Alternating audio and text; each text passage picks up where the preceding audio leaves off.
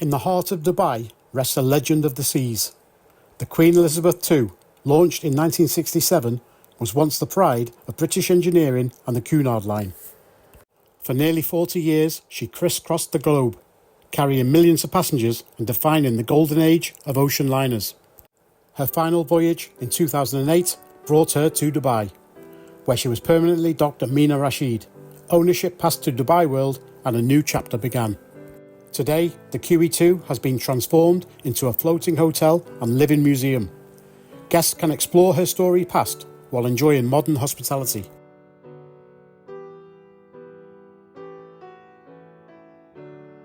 Finding the QE2 is simple. Docked at Mina Rashid, there's ample parking space, making arrival stress-free. From here, guests step into the ship's terminal, a gateway that still carries the spirit of ocean travel. The terminal is lined with artefacts from the QE2 sailing days. Paintings, posters and memorabilia evoke the glamour of her voyages. Even the ship's library has left its mark here, with shelves of books once read by passengers crossing the Atlantic. This is where the journey begins. Guests check in for the heritage tour, lunch, dinner, or if they're staying aboard, for their cabin on the ship itself. Our heritage tour begins with a warm welcome from Mr. Craig, our guide for the day. Originally from Africa, now living and working in Dubai, Craig brings a global perspective to the QE2 story. Knowledgeable, friendly and quick with a laugh, he makes the ship history accessible and engaging.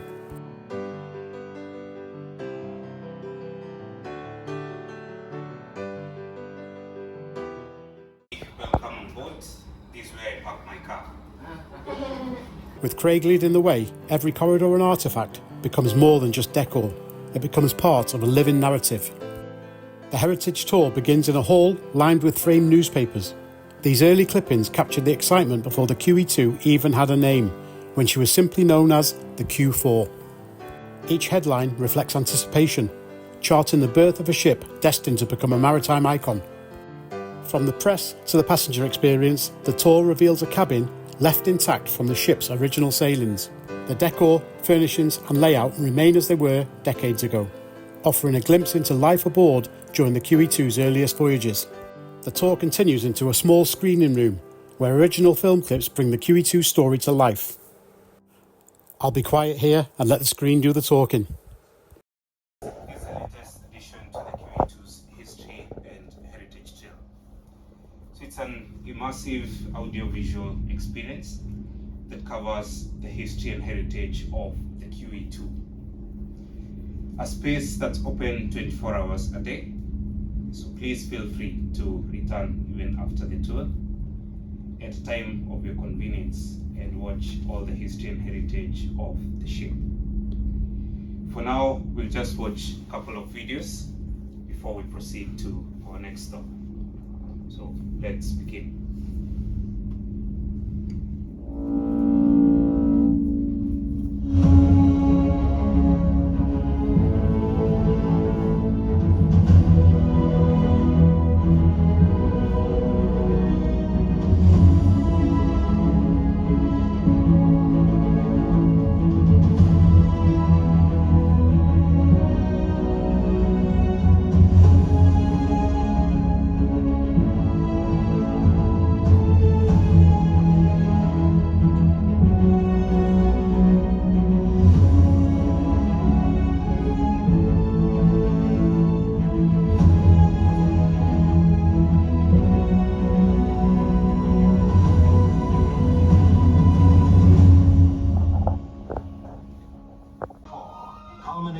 Of an immense team effort by designers and builders. The bow overhung the slipway to accommodate her great length, 963 feet.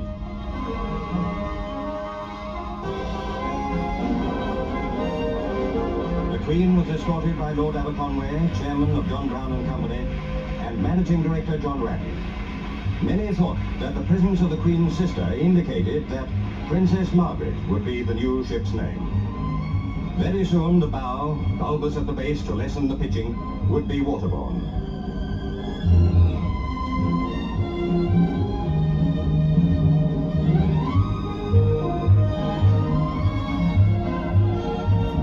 Knowledgeable on the subject of ships, the Duke of Edinburgh was interested in the launching device, which at the press of a button would set the liner free. Until that moment, the towering height of the bow dwarfed all below.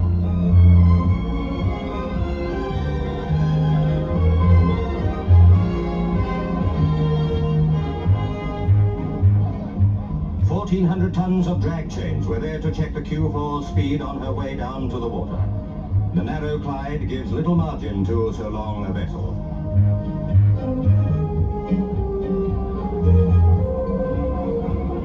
Ever since the earliest mariners put to sea, the launching of a ship, great or small, has been a ceremony to remember. The birth of the Q4 was that, and much, much more. For she was preserving the continuity of those incomparable queens whose long Atlantic reign in war and peace has made a contribution to Britain's maritime history.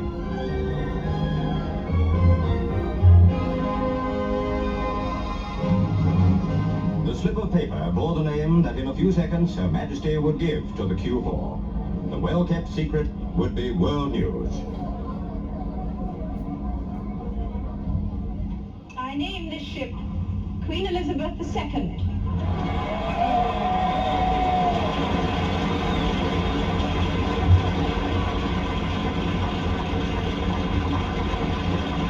May God bless her.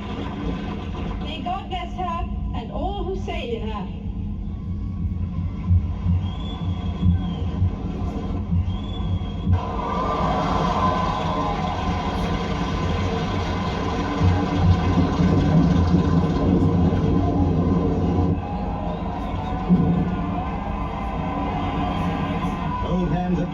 Remember the day 33 years ago when from the same slipway the Queen Mary was launched.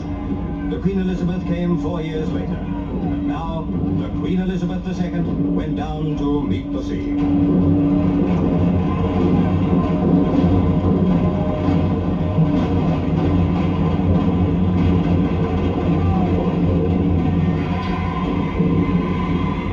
In the new liner, royal association with the country's mercantile marine continues.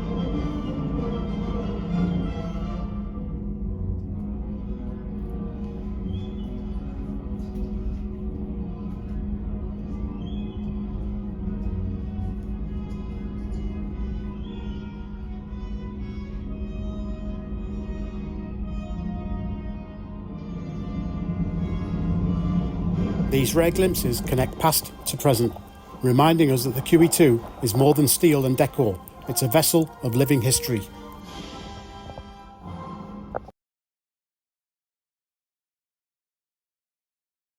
Early morning on the 10th of September 1995. While the QE2 was travelling westbound from Southampton to New York, she was struck by a 28-metre rogue wave. The ship was caught in the tail end of Hurricane Lewis, battling winds of 130 miles an hour and seas of 40 feet. Suddenly, a rogue wave estimated at 28 metres high rose up like a wall of water in front of the ship. Windows in the Grand Salon were smashed by earlier waves, and passengers had already been confined to their cabins for safety.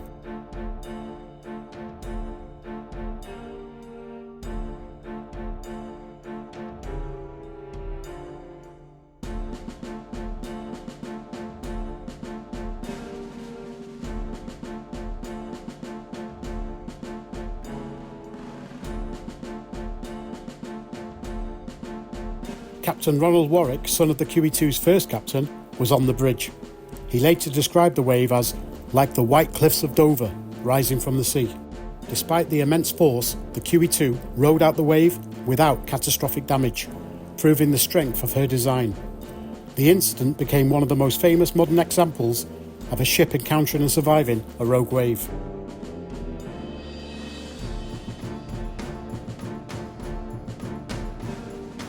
High above the waterline, the QE2's wing control deck offers a commanding view of Dubai's harbour.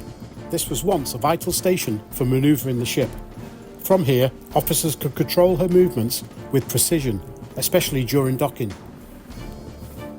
Today it stands as a reminder of the ship's engineering brilliance, where technology and seamanship met to guide a 70,000-ton liner safely into harbour. The tour now reaches the Captain's Bridge, the command centre of the QE2. From here, every voyage was directed across oceans. At the heart of the bridge sits the helm. Remarkably for a ship of this size, the steering wheel is small, almost understated. This compact wheel controlled a vessel of over 70,000 tons, a reminder that precision and engineering mattered more than scale.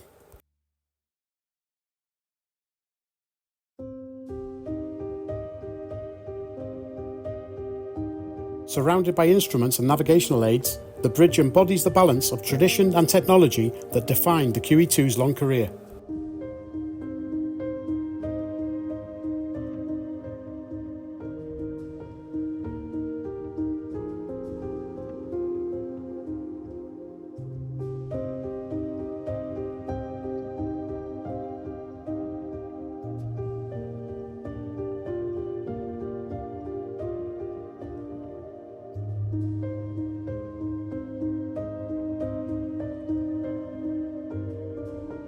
The chart room was the intellectual heart of the QE2. Here, officers plotted courses across oceans, ensuring the ship's safe passage. Long before GPS, voyages depended on meticulous calculations. Charts, compasses, and instruments filled the room, guiding the liner through storms and across continents. Every voyage began here, with lines drawn across maps that connected ports and passengers around the world. Today, the chart room stands as a reminder of the skill and precision that kept the QE2 on course for nearly 4 decades. The QE2 was more than a ship. It was a stage for history. Royalty, dignitaries, and celebrities all walked her decks.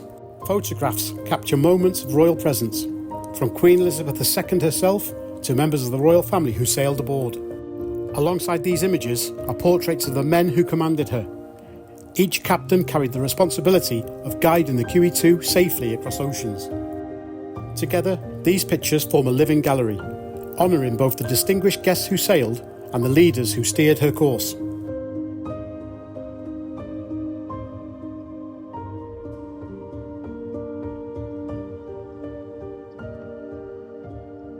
And this picture board is a timeline of the QE2's history.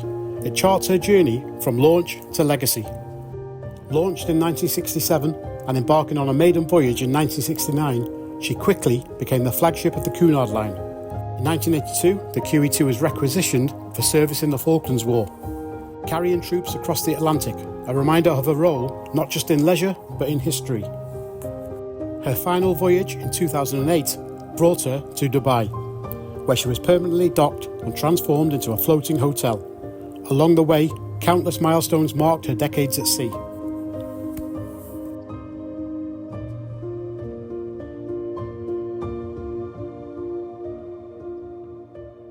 Now the tour takes you to the place where the QE2 offered passengers the thrill of a casino. A place where evenings at sea were spent with chance and excitement. Today, the machines remain silent. Gambling is prohibited in the United Arab Emirates, and so these fruit machines stand switched off, frozen in time. The decor still carries the atmosphere of leisure, but now it serves as a reminder of how the ship's past has been adapted to a new home. Walking through the old casino is like stepping into a snapshot of the QE2's former life, where entertainment once echoed across the decks.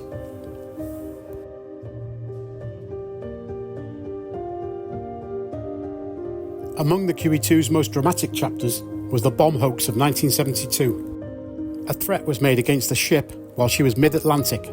The possibility of a bomb on board sent shockwaves through passengers and crew alike. The British SAS was deployed, parachuting into the sea to board the QE2 and search for explosives. After a thorough search, no devices were found. The incident was declared a hoax, but it remains one of the most famous security scares in the ship's history. If anybody wants to know more about the 1972 bomb hoax, I've left a link in the description to a great article. Tucked within the QE2 is the Golden Lion, a traditional British pub that once served passengers at sea. With its wood-panelled walls and classic atmosphere, it feels like stepping back into the ship's sailing days. Today, the Golden Lion holds a unique distinction. It is now the oldest pub in Dubai, preserved as part of the QE2's heritage. More than a bar, it's a living reminder of the ship's social life, where stories were shared and voyages celebrated.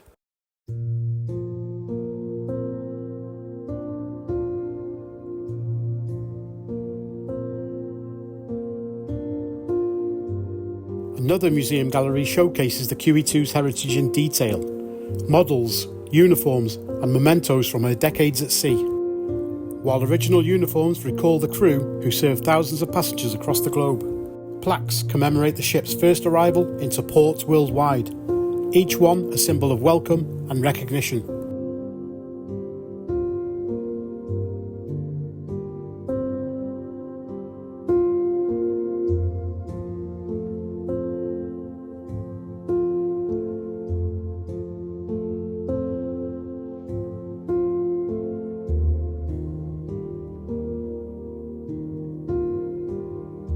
Among them is a special plaque marking the 25th anniversary of the Falklands conflict, a tribute to the QE2 service beyond leisure, when she carried troops across the Atlantic in 1982.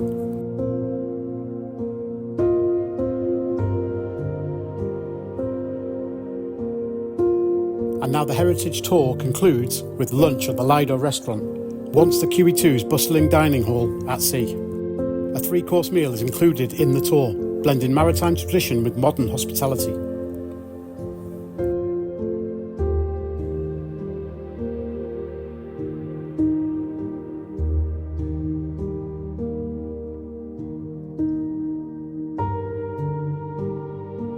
There's plenty to choose from the starters, the mains and the desserts. Even the most fussy eaters will not have a problem picking something here. I began with calamari, followed by a hearty spaghetti bolognese, and finished with upside-down pineapple cake. Every dish was superb. The tour cost around 149 dirhams, around £31. That includes the tour and the three-course meal. Starting at 11 a.m, the tour lasts just over an hour, but guests are welcome to stay aboard and revisit the exhibits at their own pace. A dinner version is also available at 5 p.m, priced at 159 dirhams, about £33, offering the same experience under evening lights. For anybody visiting Dubai, this is an amazing experience. A close-up encounter with maritime history and a three-course meal for just £31. This is surely one of the best pieces of value you could ever get in Dubai. From her launch in 1967 to her rebirth in Dubai, the QE2 remains a legend of the seas, a ship of stories and now a hotel of memories.